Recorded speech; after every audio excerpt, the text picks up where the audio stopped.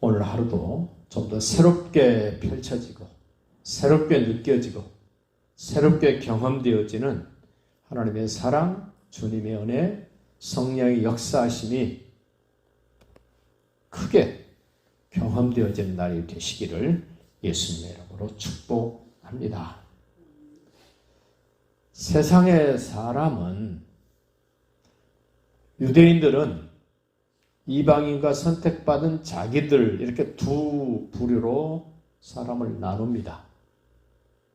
성경은 과연 사람을 어떻게 나누겠습니까? 성경은 아담 안에 있는 사람과 예수 안에 있는 사람으로 나눕니다. 아담 안에 있는 사람들은 죄값을 치러야 됩니다. 사망의 권세에서 벗어날 수가 없습니다. 예수 안에 있는 사람들은 죄의 문제가 해결됐습니다. 사망의 문제, 저주의 문제, 영원한 지옥 형벌의 문제가 해결된 사람들입니다. 예수 안에 있는 사람들이 아담 안에 있는 사람들에게 그 좋은 예수님을 이야기해줘도 그들은 알아듣지 못합니다. 그들은 반응을 보이지 않습니다. 여전히 아담이 했던 그 모습 그대로 세상을 살고 있습니다. 오늘 보십시오. 모압 왕 발락이 거짓 선지자 발람을 통해서 하나님의 사람들을 저주하려고, 예수 안에 있는 사람들을 저주하고 그들을 멸망하게 하려고 온갖 수단 방법을 다 동원합니다. 그런데 우리 알아야 됩니다. 예수님 안에 있는 사람들, 언약 안에 있는 사람들, 하나님을 아버지라고 부르는 사람들에게는 하나님이 어떻게 누구를 쓰시고 있는가를 한번 보시면 행복해집니다. 감사가 됩니다. 이스라엘에게 어떤 큰 엄청난 복이 임해서 감사가 아닙니다.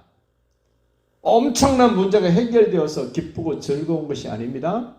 하나님이 나의 아버지 되심, 예수님이 나의 그리스도 되심을 통해서 감사가 되고 기쁨이 되고 즐거움이 된다는 겁니다. 오늘 23장 1절 보십시오. 발람이 발락에게 이르되 나를 위하여 여기 제단 7을 쌓고 거기 수송아지 7마리와 순양 7마리를 준비해서. 누구를 위해서요? 자기를 위해서. 사단마귀에게 붙잡힌 사람들의 모습은 전부가 자기를 위해서입니다.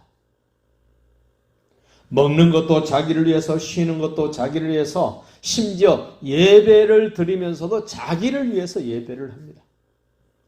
귀신 생긴 사람들 전부가 자기를 위해서입니다. 제사 왜 지냅니까? 자기 좋으라고. 푸닥거리 왜 합니까? 자기 유익하도록. 부적을 왜 씁니까? 자기 좋으라고. 심지어 이웃 사람들에게 뭘 나누는 것도 자기를 위하여, 다른 사람을 섬기고 대접하는 것도 전부 자기를 위하여.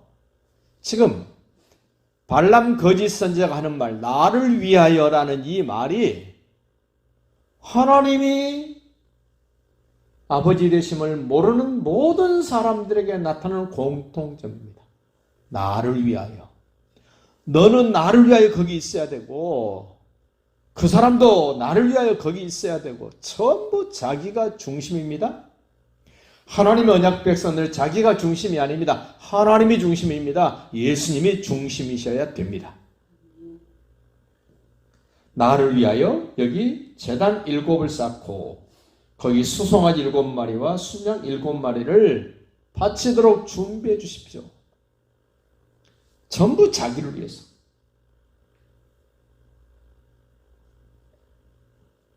발락이 발람 선지자가 한 말을 그대로 순종을 합니다.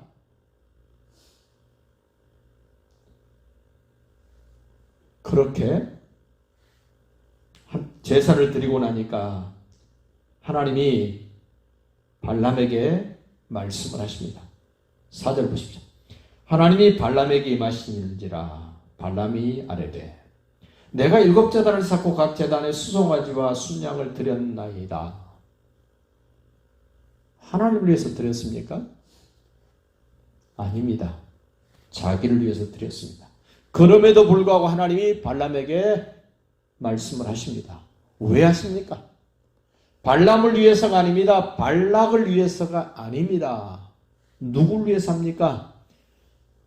어린 양의 피의 능력을 경험하고 이집트에서 나왔던 그 언약 백성들, 아브라함의 후손들, 다윗의 후손들을 위하여 언약 맺었던 그들을 위하여 거짓 선지자에게 하나님이 말씀을 주시는 거예요. 발람은 자기를 위해서 말씀하셨을 거라고 생각을 할 수도 있습니다. 그런데 분명하게 알아야 됩니다. 거짓 선지자 발람을 위하여 말씀하신 것이 아니라 언약 백성된 야곱 후손들을 위하여, 오늘날로 말하면 예수가 하나님 아들 그리스도를 믿어진 여러분과 저를 위하여 하나님은 지금도 거짓 선지자를 쓰시기도 합니다. 사단 마귀를 움직이기도 하십니다. 전부 하나님의 통제 아래에 있습니다. 그것이 우리의 기쁨입니다. 그것이 우리의 평안입니다. 그것이 우리의 감사입니다. 발람이 하나님의 말씀을 듣고 발락에게로 갑니다. 6절입니다. 그가 발락에게로 돌아간 즉 발락과 모압의 모든 고관이 번제물 곁에 함께 섰더라. 다시 한번 보시기 바랍니다. 모압 왕 발락, 그와 함께 했던 고위직 사람들 전부 다 누구와 말하는 대로 하고 있습니까? 지금 거짓 선지자 발람이 말한 대로 제단 곁에, 제물 곁에 서 있으라 그랬더니 서 있습니다. 행여나 자기들이 원하는 것이 이루어질까 기대하면서 지금 거짓 선지자 발람을 기다리고 있는데 드디어 발람이 오기는 옵니다. 어떻게 되나 보십시오. 7절입니다. 발람이 애언을 전하여 말하되, 하나님이 자기에게 말씀해 주신 말씀을 내놓습니다. 발락이 나를 아람에서 모압 왕이 동쪽 산에서 데려다가 이르기를 와서 나를 위하여 야곱을 저주하라, 와서 이스라엘을 꾸짖으라 하는도다.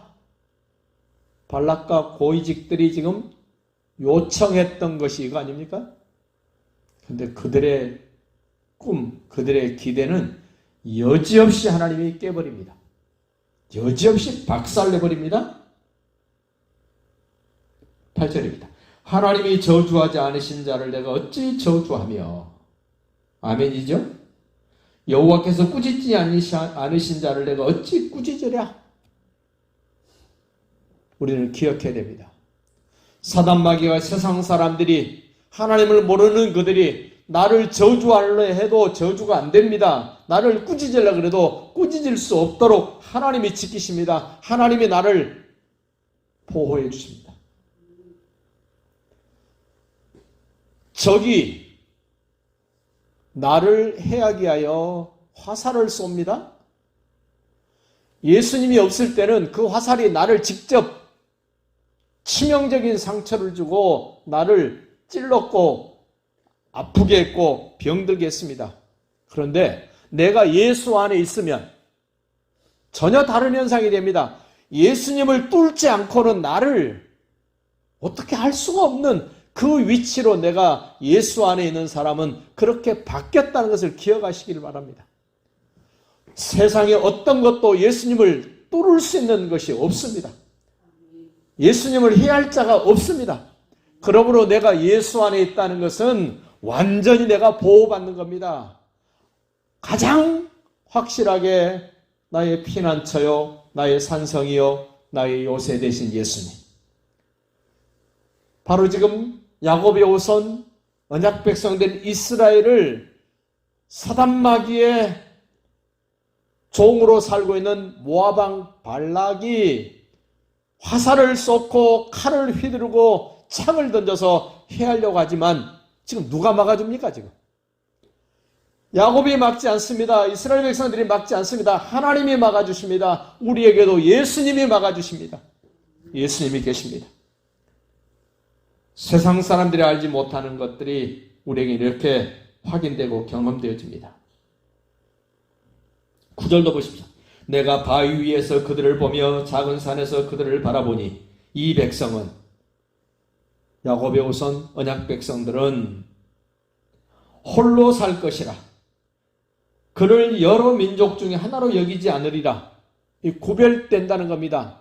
다른 나라, 다른 민족에 비해서 저 아브라함의 후손들, 야곱의 후손들, 이집트에서 나왔던 언약 백성들은 다른 민족, 다른 백성, 다른 나라와는 확실히 구별될 수밖에 없는 그런 독특함이 있는 하나님의 백성들이야. 다시 11절 보십시오. 발락이 발람에게 이르되 그대가 어찌 내게 이같이 행하느냐? 나의 원수를 저주하라고 그대를 데려왔거늘 그대가 오히려 축복하였도다. 기억하시기 바랍니다. 사단마귀의 사람들은 그들의 꿈이 이루어지지 않습니다. 금방 이루어질 것 같지만 이루어지지 않습니다. 깨져버립니다. 날아가 버립니다. 없어져 버립니다. 오히려 저주하려고 했던 하나님의 사람들이 복될 수밖에 없도록 만들어버리시는 하나님, 우리의 하나님이십니다. 나와 함께 하신 예수입니다. 그 예수님 안에서 오늘도 감사가 넘치고 즐겁고 행복한 하루가 되시기를 예수님의 이름으로 축복합니다.